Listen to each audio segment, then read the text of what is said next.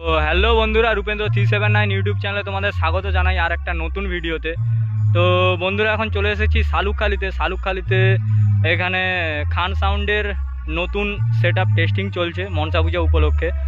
তো এই রিসেন্ট আগামী দিনই ঢুকলো প্রায় খান সাউন্ডের নতুন সেটআপটি। তো নতুন সেটআপটা আজকে টেস্টিং হচ্ছে।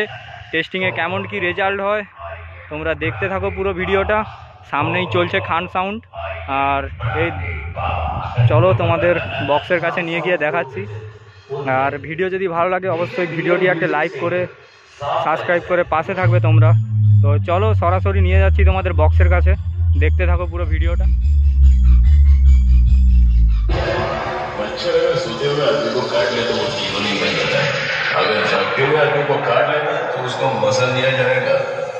किसी का हुलिया देखे उसकी औकात का अंदाजा नहीं लगाएगा, क्योंकि ऐसा आदमी बहुत खतरनाक होता है। हुलिया ही बदल डालता है। Khan sound pro present Haldia থেকে डीजे बीएम म्यूजिक सेंटर 7 बजे से।